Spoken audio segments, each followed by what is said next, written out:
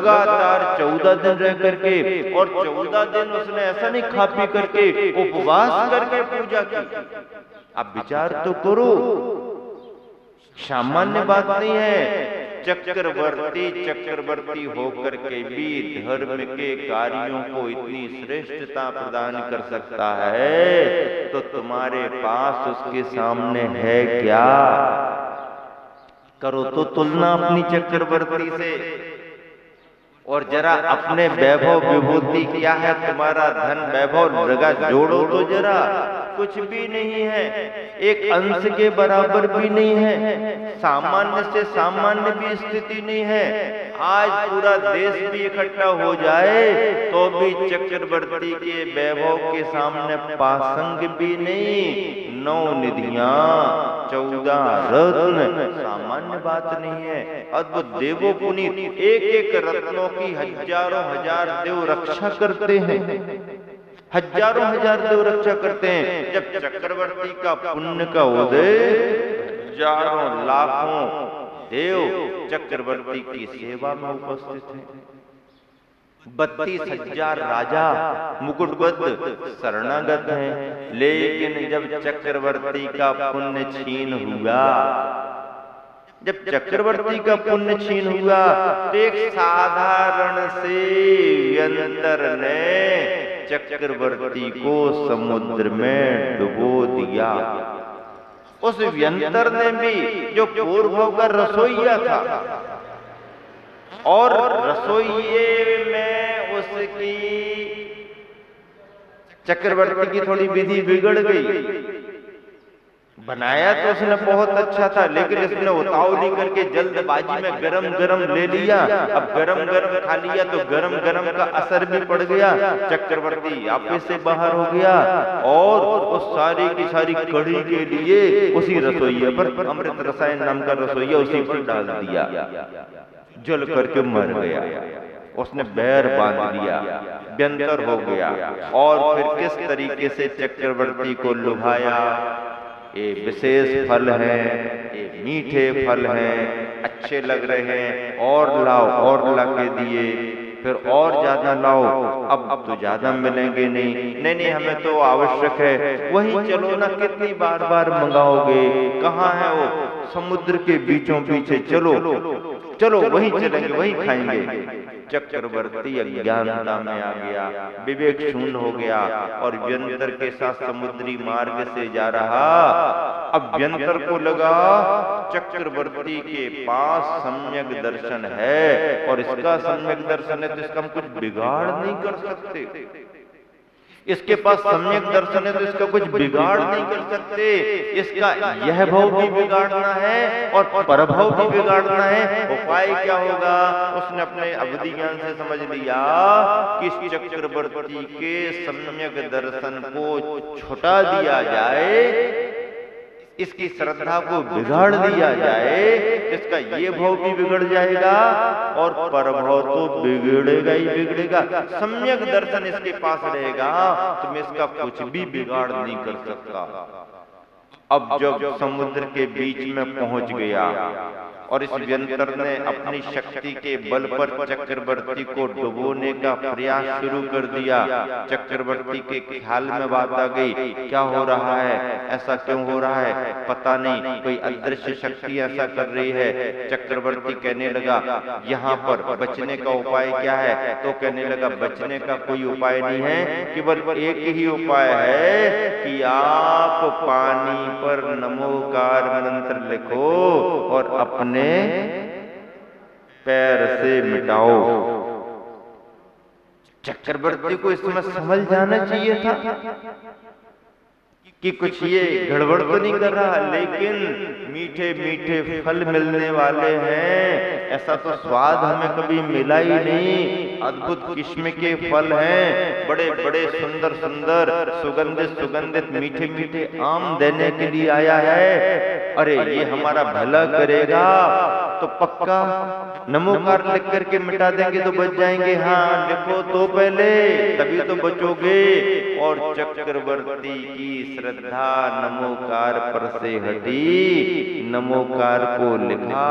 वैसे भी पानी पर लिखा कहाँ जाता है, लेकिन भावों से उसने लिखा और भावों से ही उसने मिटाने का भाव कर लिया। तो भाव मात्र से क्रिया उसकी जो हुई हो ना हुई हो, क्रिया वहां पानी में हो भी नहीं सकती, लेकिन उसने क्रिया की भी होगी, पर उसके भाव जो अवहेलना के, अवमानना के, अपने स्वार्थ के पीछे, अपने बचाव के रूप में जो हुए, उसका परिणाम सम्यक दर्शन तो गया।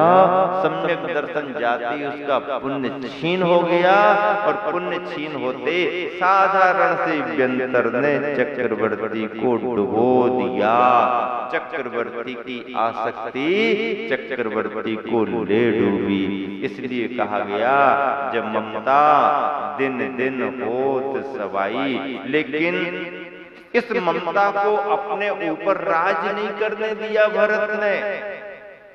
अवसर आए, भरत चक्रवर्ती भी गाफिल हुआ, लेकिन जो सचेत और सावधान हुआ, अंतर मना उसने अपनी दृष्टि बनाई, तो एक आदर्श उपस्थित किया चक्रवर्तियों में। भरत चक्रवर्ती का जीवन अपने आप में आदर्श माना गया है।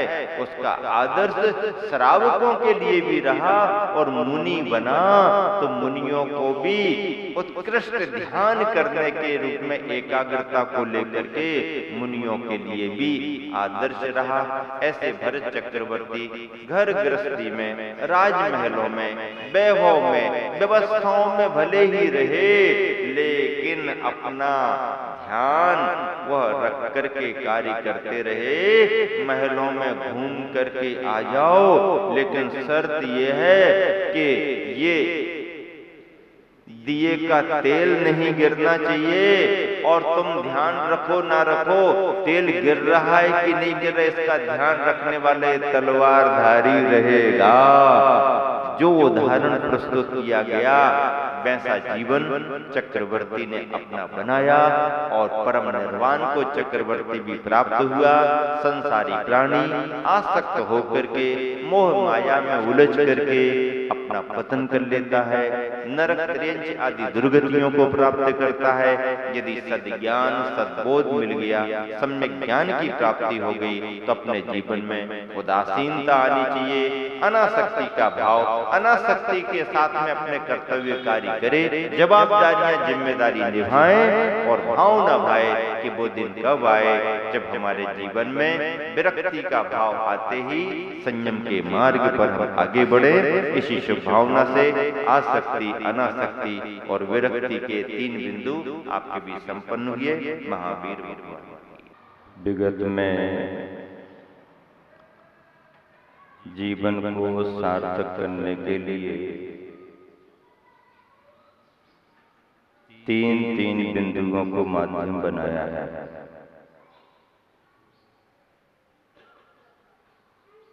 कल आसक्ति, अनासक्ति और विरक्ति की चर्चा हुई।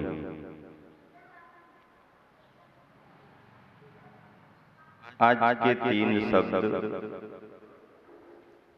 जो सुपरिचित हैं, उन पर ही चर्चा होना जरूरी है। एक शब्द है दाता, एक शब्द है दान, और एक शब्द है पात्र। दाता, दान और पात्र।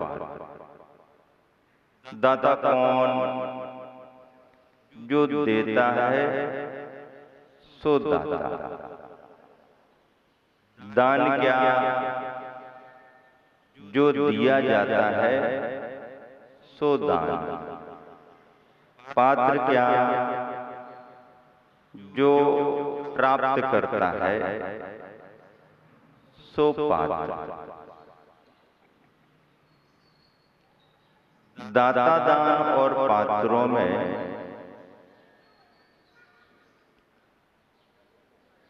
महत्व दाता का भी है और महत्व पात्र का भी है। इन दोनों के संबंध को बनाए रखने के लिए दी जाने योग्य वस्तु भी होनी चाहिए। दाता देता है, ये बात सही है। दिए जाने का नाम दान है, ये बात भी सही है। लेकिन जो देने वाला है उसे ये ख्याल रखना पड़ेगा कि दी जाने वाली वस्तु उसकी स्वयं के अपने आप की हो, क्योंकि दान की परिभाषा में आचार्य उमा स्वामी महाराज ने तत्वार सूत्र में लिखा, स्वस्याति सर्वो दानम, अपनी वस्तु को किसी के लिए उपयोगिता समझते हुए देना, इसका नाम दान है। स्वस्य अति सर्गः, अपना जो है उसका त्याग करना, उसे किसी को देना, किसी अच्छे कार्य में लगाना, इसका नाम दान माना गया। अकेला देने का नाम दान होता तो कोई व्यक्ति दूसरे की वस्तु को लेकर के तीसरे को दे देता तो दान हो जाता। ये दान बहुत आसान हो जाता, हर कोई दूसरे का उठा के और तीसरे को दे करके फ्री हो गया, हमने तो भैया अपना काम कर दिया। यहीं पर आचार्यों ने कहा कि जो तुम्हारी अपनी हो, तुम्हारे द्वारा अर्जित की गई हो, तुम्हारे स्वामित्व में हो, ऐसी योग्य वस्तु को, अयोग्य को नहीं, जिससे दूसरे का भला हो, जो दूसरे के लिए लाभदायी हो, जो दूसरे के लिए हितकर हो, ऐसा भाव रखते हुए, दान का महत्व समझते हुए अपनी वस्तु सत्पात्र के लिए प्रदान कर देना, इसका नाम दान माना गया है। और ऐसे दान और पात्रों की चर्चा में उत्तम, मध्यम और जघन्य पने का भी विचार किया जाता है। क्यों? क्योंकि इसलिए कि सामग्री आपकी ठीक भी है, पर तदयोग्य पात्र आपको नहीं मिला। आपने उत्तमोत्तम पात्र की भावना की, लेकिन पात्र आपको मध्यम मिला, मध्यम भी नहीं मिला, जघन्य मिला, तो उत्तमोत्तम वस्तु भी उस पात्र के निमित्त से उतनी ही फलदायी होगी। और वस्तु मान लो आपकी उतनी श्रेष्ठतम नहीं भी है, पर यदि तुम्हारे भाग्य से, पुण्य योग से पात्र अच्छा मिल गया तो सामान्य वस्तु भी उत्तम पात्र के निमित्त से विशेष फलदायी हो सकती है। जैसे कि बीज और जमीन, अच्छी फसल कहाँ आएगी? जमीन अच्छी होना, जमीन अच्छी होना एक बात, दूसरी बात बीज भी अच्छा होना। बीज यदि तुम्हारा कमजोर है तो अच्छी जमीन भी अच्छी फसल नहीं दे पाएगी। और बीज तुम्हारा सामान्य है, पर जमीन यदि अच्छी है तो वो अच्छी जमीन, बीज भले ही सामान्य है पर अच्छी फसल देने वाली होगी, क्योंकि जमीन उर्वरा उपजाऊ है। बीज सामान्य है, भले खराब नहीं है, खराब नहीं है, सामान्य है। खराब हो तो बात अलग है, बीज ही नहीं हो तो काम नहीं बनेगा। खराब बीज हो तो भी काम नहीं बनेगा, लेकिन बीज सामान्य क्वालिटी का है, पर जमीन अच्छी मिल गई तो कुछ न कुछ अच्छा फल मिलेगा। बीज अच्छी क्वालिटी का भी है, पर जमीन अच्छी नहीं है, तो फिर जब अच्छी जमीन नहीं है तो फिर तुम्हारा काम अच्छा नहीं बनेगा। जमीन उपजाऊ होनी चाहिए। इसका मतलब है दान का महत्व पात्र को लेकर के विशेष रूप से माना गया है।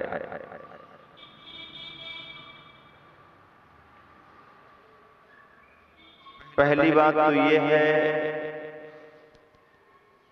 कि साधन सामग्रियां वस्तुएं तो सभी के पास हैं, पर सबके देने के भाव बनते नहीं हैं। देने का भाव होना भी अपने आप में एक पुण्य का प्रभाव है, और पुण्य का ही प्रभाव नहीं बल्कि पूर्व जन्म में किए गए त्याग, की गई तपस्या का फल है।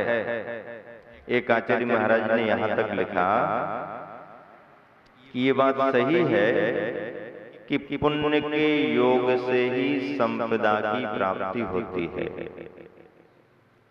किसके योग से साधन सामग्रियां मिलती हैं? पुण्य योग से। जिसका पुण्य योग नहीं होगा उसको मिलेगा नहीं। पुण्य के योग में ही ये सब मिलता है, ये बात सही है।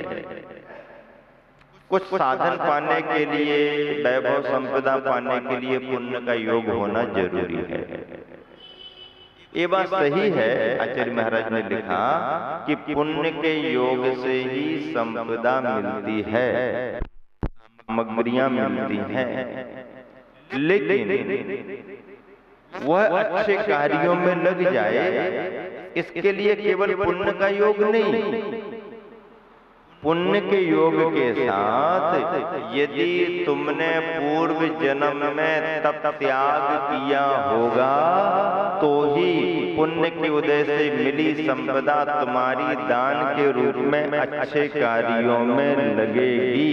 अन्यथा वह तुम्हारे ही खाए खोया और बह गया में रहेगी। पुण्य से मिली तो, लेकिन खाए खोया बह गया। पात्र को लगेगी नहीं, अच्छे कार्यों में लगेगी नहीं,